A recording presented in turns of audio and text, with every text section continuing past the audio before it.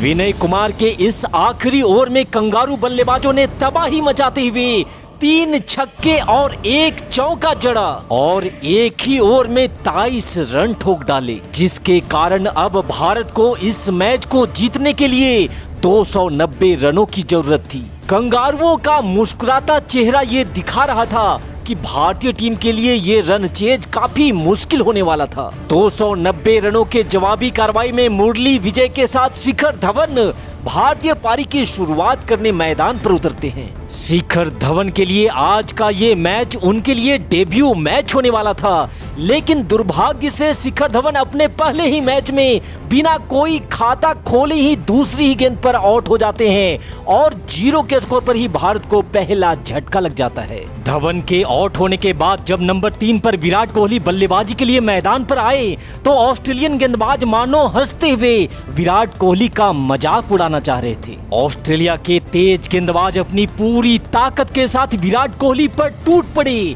उनका मकसद साफ था कि विराट कोहली पर पहली गेंद से ही दबाव बना दिया जाए, लेकिन दूसरी छोर से मुरली विजय ने काउंटर अटैक किया और कवर के ऊपर से दंदनाते हुए गेंद को बाउंड्री से बाहर भेज भारतीय पारी का पहला चौका जड़ दिया। और फिर विराट कोहली ने भी मिचेल स्टार्क को रडार में लिया और उसकी गेंद को उड़ाते हुए लॉन्ग ऑन के रास्ते बाउंड्री से बाहर भेज अपने पारी का पहला चौका जड़ा। फिलहाल यहाँ क्लिंट मके की गेंद को एक बार फिर से मुरली विजय ने कवर के ऊपर से उड़ा करके मारा है। नहीं मिलेगा किसी को कोई मौका, मुरली विजय के खाते में आएगा एक और चौका। लेकिन फिर 90 ओवर की दूसरी बॉल पर क्लिंट मके ने मुरली विजय को विकेट के पीछे कैच करवा मात्र 35 के स्कोर पर ही भारतीय टीम को दूसरा झटका भी दे दिया। अब नंबर 4 पर भारतीय पारी की कमान संभालने मैदान पर बल्लेबाजी के लिए आते हैं युवराज सिंह। युवराज ने आते ही हल्ला बोला और मिड विकेट के ऊपर से एक शानदार चौका लगा दिया। हालांकि भारतीय टीम का रन रेट अभी भी कछुए की चाल में चल रहा था,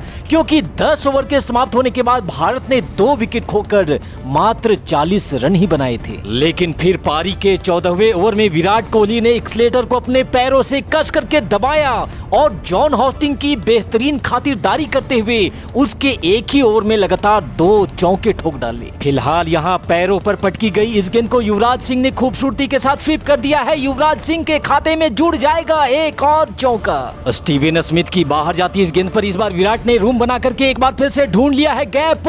पीछे फील्डर तो था जरूर, पर रह जाएगा दूर, आएगा एक और चौका। फिलहाल एक और खूबसूरत शॉट खेलकर विराट रन लेने के लिए निकल पड़े हैं और इस आसान सिंगल के साथ विराट कोहली पूरा करेंगे अपना अर्धशतक भी। मात्र 35 पे दूसरा विकेट खोने के बाद यहाँ युवराज और कोहली के बीच एक अच्छा पार्टनरशिप बनता हुआ 26वें ओवर की तीसरी बॉल को युवराज सिंह मारना तो कहीं और चाहते थे, पर अंदरूनी किनारा लेते हुए गेंद निकल गई है एक और चौके के लिए। और फिर 27वें ओवर की पहली गेंद पर कोहली का एक और विराट शॉट मिड ऑन के रास्ते दंदनाते हुए गेंद को कर दिया है सीमा रेखा के पार एक और चौके के लिए। 49 के स्कोर पर युवराज ने हल्के हाथों से खेला है ये शॉट, मिल जाएगा 1 रन और इस सिंगल के साथ युवराज सिंह ने भी पूरा कर लिया है अपना अर्धशतक। रोहित शर्मा, जिन्हें आज के मैच में भले ही मौका नहीं मिला है, लेकिन वो ड्रेसिंग रूम में पूरे जोश के साथ भारतीय बल्लेबाजों का हौसला अफजाई कर रहे हैं।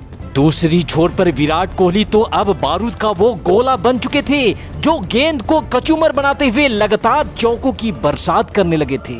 अपने तेज गेंदबाजों पर घमंड दिखाने वाले कंगारू गेंदबाजों को अब विराट ने दौड़ा दौड़ा करके पीटना शुरू कर दिया था। अब तो मैदान का ऐसा कोई एरिया नहीं बच गया था जिस रास्ते से होकर विराट ने चौका ना लगाया हो। हालांकि 31वें ओवर की तीसरी बॉल पर जब विराट ये शॉट लगाकर रन के लिए भाग रहे थे तो उनको देखकर ऐसा लग रहा था कि उन्हें रन भागने में कुछ ज्यादा ही परेशानी हो रही थी। इसीलिए अब विराट कोहली का रनर बनकर शिखर धवन मैदान पर पहुंचते हैं। अब भारत को बाकी के बचे 114 बॉल पे जीत के लिए 124 रनों की जरूरत थी। लेकिन इसी बीच कुछ ऐसा होता है कि युवराज सिंह जो अच्छी बल्लेबाजी कर रहे थे वो 58 रनों की पारी खेल आउट हो जाते हैं और 172 के स्कोर पर युवराज के रूप में भारतीय टीम को तीसरा झटका लग जाता है। हालांकि भारत के लिए अच्छी बात यह थी कि विराट कोहली घायल होने के बावजूद भी कमाल की बल्लेबाजी कर रहे थे और दूसरी छोर पर अब उनका साथ देने सुरेश रैना भी मैदान पर आ चुके थे। सुरेश रैना ने आते ही पहली ही गेंद पर जोरदार प्रहार किया और 4 रनों के साथ रैना ने अपना खाता खोला।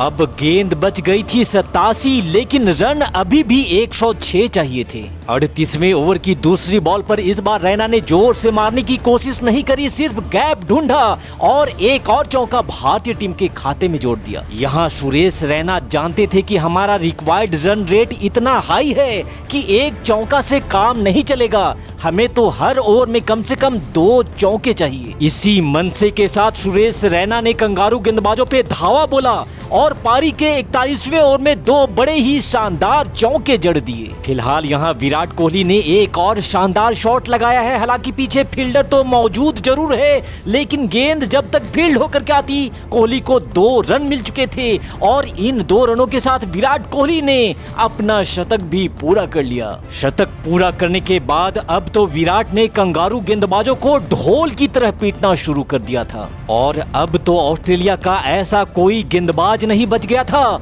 जिसको विराट ने भर पेट खिलाया पिलाया ना हो। 2 बॉल पे लगातार 2 चौके लगाने के बाद अगली गेंद पर विराट ने गेंद को ऐसा उड़न तस्तरी बना करके उड़ाया कि गेंद सीधे 6 रनों के लिए दर्शक दीर्घा में गिर पड़ी। इस समय ऐसा लग रहा था कि भारतीय टीम बड़ी ही आसानी से ये रन चेज कर लेगी, लेकिन कंगारू भी इतनी आसानी से हार कहां मानने वाले थे। पारी के 43वें ओवर में विराट कोहली 118 रनों की पारी खेल आउट हो जाते हैं और अब मैदान पे बल्लेबाजी के लिए पहुंचते हैं कप्तान महेंद्र सिंह धोनी। लेकिन धोनी भी पहली ही गेंद पर बिना कोई रन बनाए क्लीन बोल्ड हो जाते हैं, जिससे अब ये मैच काफी रोमांचक मोड़ पर आकर के खड़ा हो गया था। लेकिन मुसीबत की इस घड़ी में सुरेश रैना भारत के लिए दिलेर वाली पारी खेल रहे थे, जिन्होंने अब तक अपना हाफ सेंचुरी भी कंप्लीट कर लिया था। 44वें ओवर की आखिरी गेंद पर सुरेश रैना ने कमाल का एक और शॉट लगाया और भारतीय पारी में 4 और महत्वपूर्ण रन जोड़ दिए। फिलहाल लेग स्टंप पर रूम बनाते हुए सुरेश रैना ने इस बार गेंद को हवाई यात्रा पर भेज दिया है 6 रनों के लिए। कमाल की बल्लेबाजी करते हुए सुरेश रैना भारत को जीत के दरवाजे की तरफ ले जाते हुए, और यहाँ सौरभ तिवारी जो आज डेब्यू किए हैं, उन्होंने भी शानदार बल्लेबाजी करते हुए